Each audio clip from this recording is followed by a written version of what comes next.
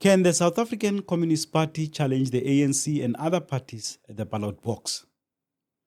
From the pronouncements of Party General Secretary Mapaila, this could be a reality as early as the 2026 local government elections.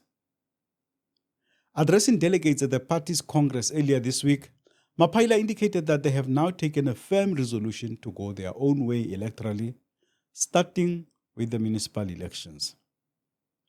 He cited several reasons for this. They include what he says is the arrogance of the ANC leadership who have failed to consult them on important issues.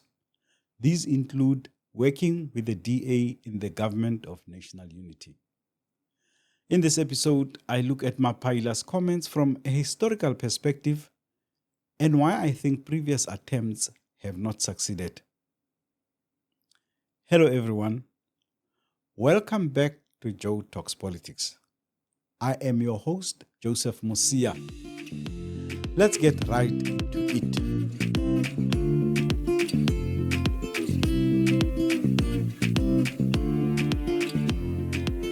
The relationship between the alliance partners, the ANC and the Sacp, has been troubled for many years. I remember covering the 10th Congress of the Sacp at Shaft 17 in Johannesburg in 1998. Then President Nelson Mandela was among the speakers, having been awarded the Chris Hani Peace Prize. At the time, Mandela was no longer the leader of the ANC, having stepped down in 1997. He was, however, still the president of the country.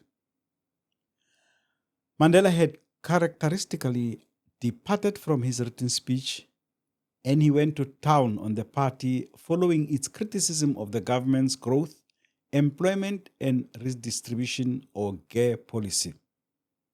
He told the party in no uncertain terms that GER was a fundamental policy of the ANC. He warned that if they or COSATU left the internal structures of the organization and went public and not only attacked but ridiculed what the ANC considered to be its fundamental policy, they must be aware of the implications. He said he was not prepared to accept undue pressure from the party. That type of action, he told them, made him determined not to listen to them. He said, and I quote, "I want to tell you that GER, as I have said before, is the fundamental policy of the ANC. We are not going to change it because of your pressure. We will not do that. You must choose what role you want to play." End quote. The following day, Thabo Mbeki, who was then the president of the ANC, delivered a strong rebuke of the party in support of Mandela. And I quote, "None of us should go around carrying the notion in our heads that we have a special responsibility to be a revolutionary watchdog over the ANC. We must understand that none among the left forces of our country is challenged to capture the soul of the ANC to avoid it being stolen by the forces of the right." End quote. The Sacp first broached the subject of contesting elections as far back as 2005. At its 2007 12th National Congress in Gqeberha, the party again discussed the issue of contesting elections. What is interesting, though, is that the party is complaining about the same issues it was complaining about all those years ago. This time, GER has been replaced by the ANC's collaboration with the DA through the GNU. And yes, the ANC has again failed to listen to the party's advice. We must appreciate the front lines that have opened in our country. That is the battle lines.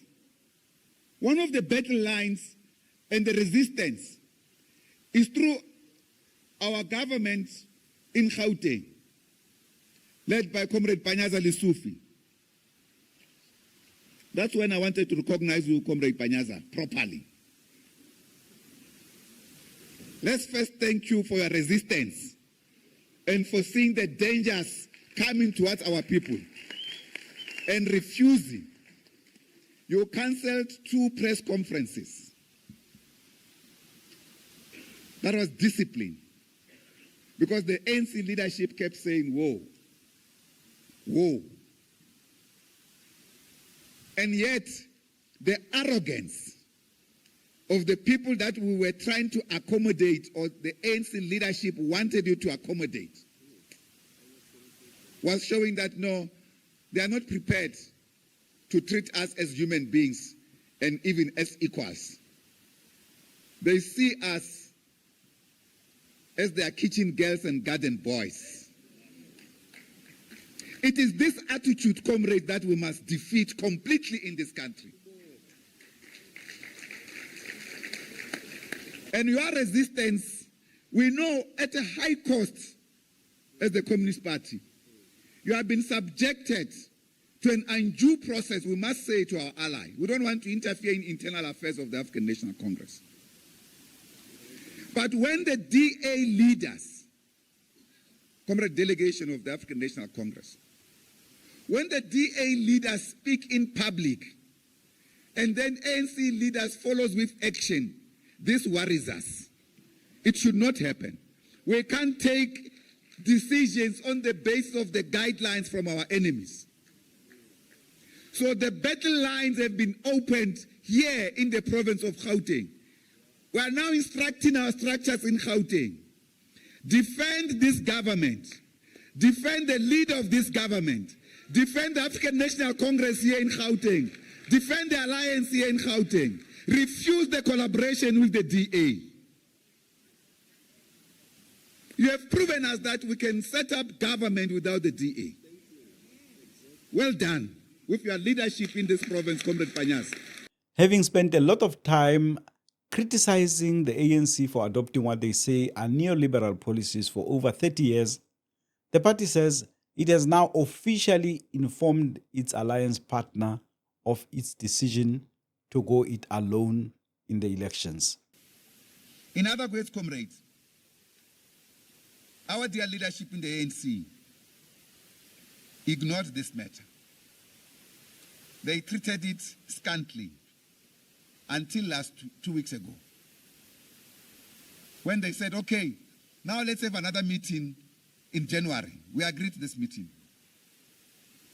We will see how to plan that meeting. But the meeting in January has nothing to do with the implementation of our decision.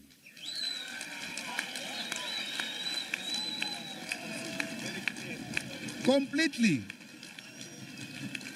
So that you understand, the decision to contest local government elections has been taken by our Congress with the timelines that we respected to engage our movement, by the augmented Central Committee that affirmed this position. Now we are ready to contest local government elections.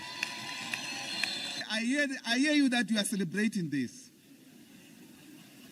Deep down in my heart, deep down in my heart of hearts, there's a bleeding part of me.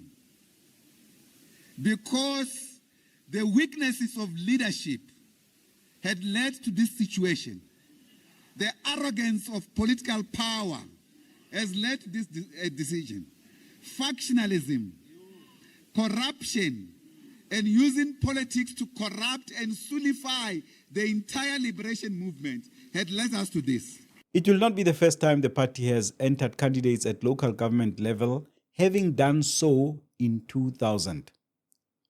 What is confusing, though, is that the SACP wants to contest elections but still be part of the alliance with the ANC. What happens to the current SACP leaders in government following an election in which the party has gained no seats? This decision to contest elections on our own does not mean we are leaving the ANC or we have ended the dual membership. There is no such a decision. It does not also mean we have ended the alliance. The alliance still exists. We are asserting our independence. The alliance is made of independent organizations. We are just asserting our independence. I do not hold much hope for the SACP and their electoral prospects. It takes a lot to contest elections in South Africa. It is worse when you do not have your own identity. For the electorate to distinguish you from your former partners, you have to declare your complete separation. If the SACP is still part of the alliance, are their votes ANC votes? I think they will be better served to remain where they are as a pressure group within the ANC alliance. That way, for as long as the ANC has some representation in government, they too can expect a few of their members to still be appointed. Otherwise, they risk going the same route as the Socialist Revolutionary Workers' Party of NUMSA.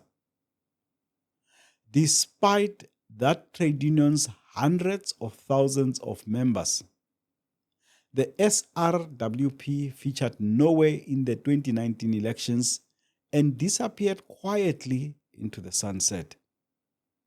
Can I take this opportunity to ask, if you are not a subscriber yet, to please consider doing so? Thank you so much to those of you who are subscribers already. And don't stop sending your comments, sharing and liking the episodes. See you in the next one.